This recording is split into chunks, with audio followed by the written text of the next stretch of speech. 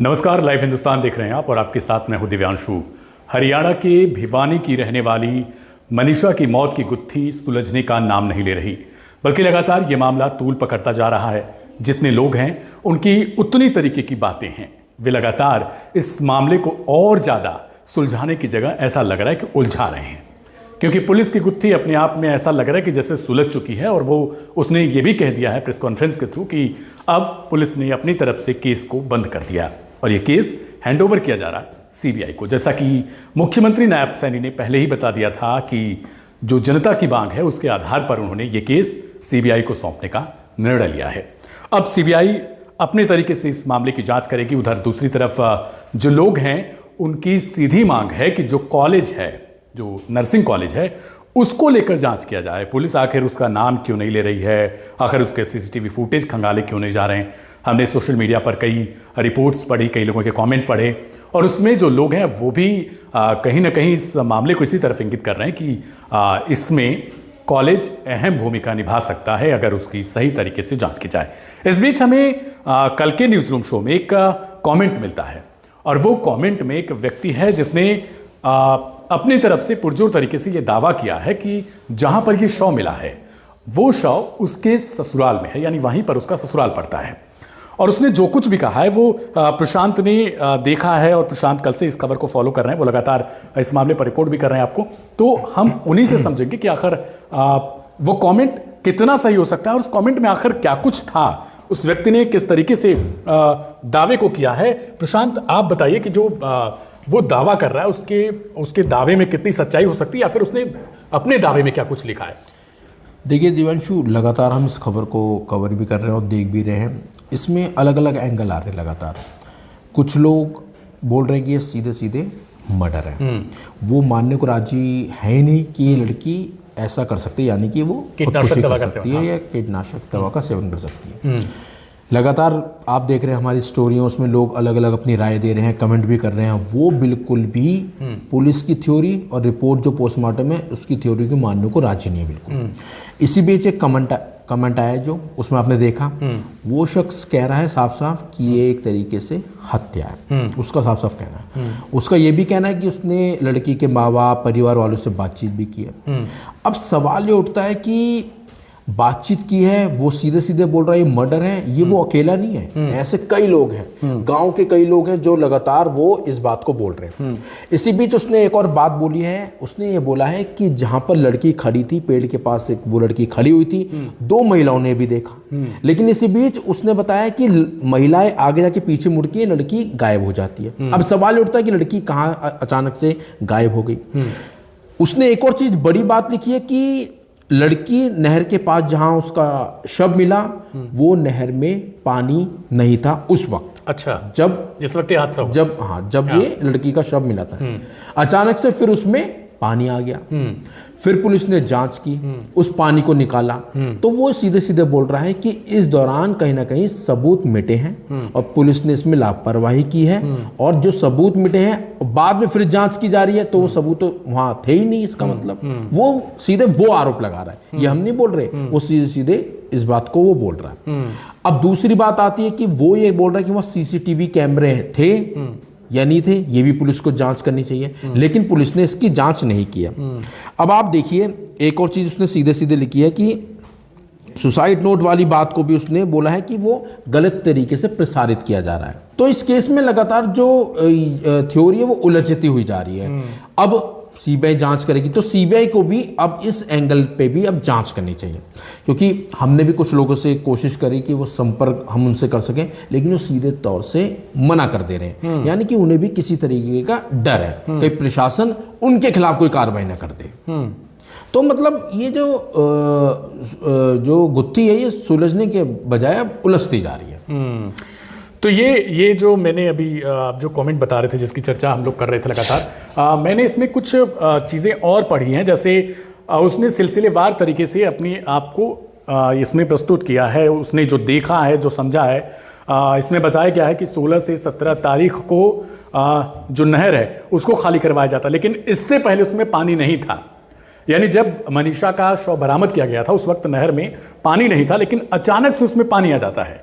इस कांड के होने के बाद और फिर 16-17 तारीख को उस नहर को खाली करवाया जाता है। जांच की गई, बल्कि पानी रहते भी जांच की गई थी, पानी रहने के दौरान भी जांच की गई। मतलब ये एक तरीके से इसका कहना है कि ये सुनियोजित है। जो व्यूवर है, जो जिसने हमारे चैनल पर कमेंट किया है, इन्होंने दावा किया है कि इनका ससुराल है वहीं पर। अब इसने बताया कि 17-18 तारीख को सिंघानी गांव, जहां शव मिला था, वहां पे एक जो कीटनाशक दवाओं का विक्रेता है, उससे बयान दिलवा दिया जाता है कि इसने मेरे यहाँ से दवा खरीदी थी, और रजिस्टर में नाम दर्ज करवा दिया जाता है। उसके बाद फिर ये शुरू हो जाता है मामला कि हमने कहीं ना कहीं वो नोट मिल गया हमको, फिर कमेटी में शामिल जो लोग थे उनसे पुलिस से संपर्क हो जाता है, और कमेटी वाले ही जो है वो इस मामले को पूरी तरीके से पेचीदा कर देते हैं। अभी तक फिलहाल अपडेट क्या है, सीबीआई को लेकर क्या कुछ अभी तक आपके पास अपडेट है? देखिए, अब सीबीआई अब जल्दी इस केस को अपने हाथ में सौंपने वाली है, मतलब लेने वाली है वो, और पुलिस इसको सौंप देगी पूरा केस। और 2 सीबीआई के अधिकारी आज पहुंचेंगे भिवानी, और वो हो सकता है कि पुलिस से जो भी सबूत अभी जो पुलिस के पास है वो उनसे लेंगे। लेकिन अब सवाल ये भी उठ रहा है, जिस तरीके से इसमें कमेंट किया गया कि कमेटी, उस कमेटी में लोग जो हैं वो पुलिस के भी संपर्क में थे, तो सीधे सीधे ये कमेटी और पुलिस के बीच में कहीं ना कहीं गठजोड़ हुई है, और कहीं ना कहीं ये बताने की कोशिश की जा रही है कि ये सब फैलाया जा रहा है इस केस को छिपाने के लिए, जो हकीकत है केस की। तो अब सीबीआई को कहीं ना कहीं इस मामले की भी अब जांच करनी चाहिए। जो लोग इस तरीके से बात बोल रहे हैं, जो लोग आगे नहीं आ रहे हैं, सीबीआई को उन लोगों से भी पूछताछ करनी चाहिए, ताकि इसमें जो और क्लू हैं जो छिपे बैठे हैं वो क्लू भी आगे आ सकें। अच्छा प्रशांत, मैंने एक चीज़ और लास्ट में मिस कर दिया इसमें, जिसने कमेंट में लिखा है, और ये अपने आप में जो दावा कर रहा है वो बहुत ज़्यादा वास्तव में संदिग्ध लगते हैं, क्योंकि शुरुआत में हमने देखा कि पुलिस की तरफ से जो कुछ और लेख थे, वहाँ पे कुछ मीडिया रिपोर्ट्स थे, उन लोगों ने कहा था कि बच्चेदानी जो है वो लड़की का गायब था। तो ये बात ये कह रहा है कि एक वकील ने फैलाई थी, और उस वकील को फिलहाल गायब कर दिया गया है जी, यानी वो बाहर नहीं आ रहा है फिलहाल, वो कहाँ है ये नहीं पता है।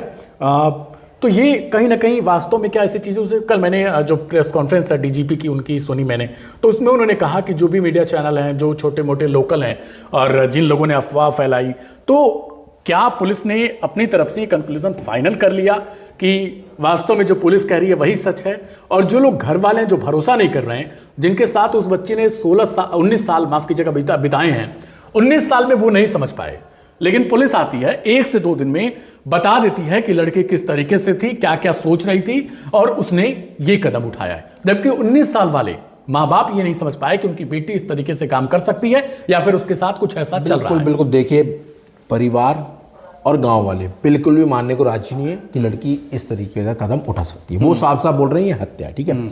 अब आप इसमें एक चीज़ और देखिएगा, इसमें वो बोल रहे हैं कि मेडिकल रिपोर्ट, रोहतक मेडिकल की जो रिपोर्ट है वो उस पर भी सवाल उठाना है। वो शख्स का कहना है कि साफ साफ कि भैया मेडिकल, जो रोहतक मेडिकल है उसकी भी जांच होनी चाहिए, यानी कि सीधे सीधे आरोप डॉक्टरों पर भी लग रहे हैं। कुछ लोगों का तो ये भी कहना है कि भाई हो सकता है सब कुछ मिलीभगत से हो रहा हो, डॉक्टर मिले हों, पुलिस के अधिकारी मिले हों, ये सब भी इन कमेंट्स में हम देख रहे हैं, तो वो दावा किया जा रहा है। लेकिन वही बात आ रही है घूम फिर के कि पुलिस बोल रही है कि भैया कीटनाशक खाया है, लेकिन परिवार और गांव वाले साफ साफ बोल रहे हैं ये हत्या है, और इसी वजह से वो लोग बड़ी जांच की मांग कर रहे थे, और वो मानी भी है, और सीबीआई अब जांच करेगी, तो उसके बाद ये साफ हो पाएगा कि हकीकत क्या है पूरे केस की। हाँ, सीबीआई जांच करे, और मैंने बहुत सारे लोगों के ऐसी भी राय देखे कि भाई सीबीआई भी जांच क्या करेगी जब सारे सबूतों को वास्तव में नष्ट कर दिया गया है। जो दावा है हम वो बता रहे हैं, हम किसी भी बात को, जो भी हमारे व्यूवर हैं या फिर जिन्होंने भी कमेंट किया, हम उनकी बात की पुष्टि नहीं करते हैं, पहले हम बता दे रहे हैं। जो भी दावा है वो उन लोगों की तरफ से किया जा रहा है कि ऐसा ऐसा हो सकता है कि सबूतों को पहले ही नष्ट कर दिया गया हो, और जो कीटनाशक वाली बात है वो लास्ट में ले आई गई हो। कीटनाशक हो सकता है कि सब कुछ करने के बाद उस लड़की को पिलाया गया हो, और ऐसा हो सकता है, जो भी हो। खैर, लेकिन सवाल तो ये है कि जब सीबीआई जांच करेगी, क्योंकि सीबीआई की जांच आप जिस हिसाब से सोच रहे हो कि कल रिपोर्ट आ जाएगी सीबीआई की, परसों आ जाएगी, ऐसा कभी नहीं होता, और ना ही किसी केस में इतना जल्दी जांच हो पाई है अब तक, संभवतः मैं जितना समझ सकता हूँ। कई मामले तो ऐसे हैं कि जो जिनके बारे में जांच की जा रही थी वही खत्म हो गए, और अभी सीबीआई जांच पे टिकी हुई है। 30-30 साल, 40-40 साल, 10-10 साल, 20-20 साल, मतलब सालों साल केस चलता रहता है, और कुछ फाइनल कंक्लूजन नहीं आ पाता है। लास्ट में उस केस को बंद करना पड़ता है। कुछ मामले भी हाल फिलहाल में हमने देखे भी थे कि सबूत नहीं मिला तो मामले को बंद कर दिया गया। लेकिन अभी जो जनता है उसकी मांग यही है। इस बीच 24 तारीख को लेकर कोई अपडेट है आपके पास? बिल्कुल, 24 तारीख को हरियाणा बंद का ऐलान किया गया है। एक नेता है, उन्होंने साफ साफ बोला है कि हम बेटी को इंसाफ दिलवाएंगे। तो उन्होंने साफ बोल रहा है, उन्होंने लोगों से अपील करी है कि सब अपनी दुकानें बंद रखें, बाजार बंद रखें, और 24 तारीख को उन्होंने सीधे सीधे आंदोलन का ऐलान कर दिया है। और उन्होंने ये भी बोला है कि भाई कोई हिंसा ना करे, यानी कि हम इंसाफ लेंगे, इंसाफ मांगेंगे, लेकिन किसी तरीके की हिंसा ना फैलाएं, ताकि कोई कानून हाथ में ना ले, ताकि कोई दंगा ना भड़के। उनका ये भी कहना है साफ साफ। तो 24 तारीख को हरियाणा बंद का ऐलान किया गया। अब देखना होगा कि ये होता है या नहीं होता है, ये तो आगे अब पता चलेगा। फिलहाल देखिए, इंटरनेट सेवाएं जो है वो बहाल कर दी गई हैं। कल की अपडेट ये थी कि पुलिस ने अपनी तरफ से केस को बंद कर दिया है और अब जो प्रोसेस है सीबीआई को सौंपने का वो अपने अंतिम चरण में है। शायद हो सकता है कि आज शाम तक, देर रात तक ऐसी खबर भी आपको देखने को मिले कि सीबीआई ने इस केस को हैंडओवर कर लिया है और आगे की मामले जो भी जांच होती रहेगी हम आप तक अपडेट देते रहेंगे। गुजारिश यही रहेगी कि वीडियो को शेयर करिएगा, ताकि अफवाह ना तो आप फैलाएं, ना फैलने दें, उसको भी रोकें। और दूसरी तरफ कि हर अपडेट के लिए इस घटना से जुड़ी हुई चैनल को सब्सक्राइब करिएगा, ताकि आपको इस खबर के अलावा भी बहुत सारी खबरें देखने को मिले। फिलहाल मेरा नाम है दिव्यांशु, मिलेंगे किसी और एपिसोड में, तब तक के लिए नमस्कार।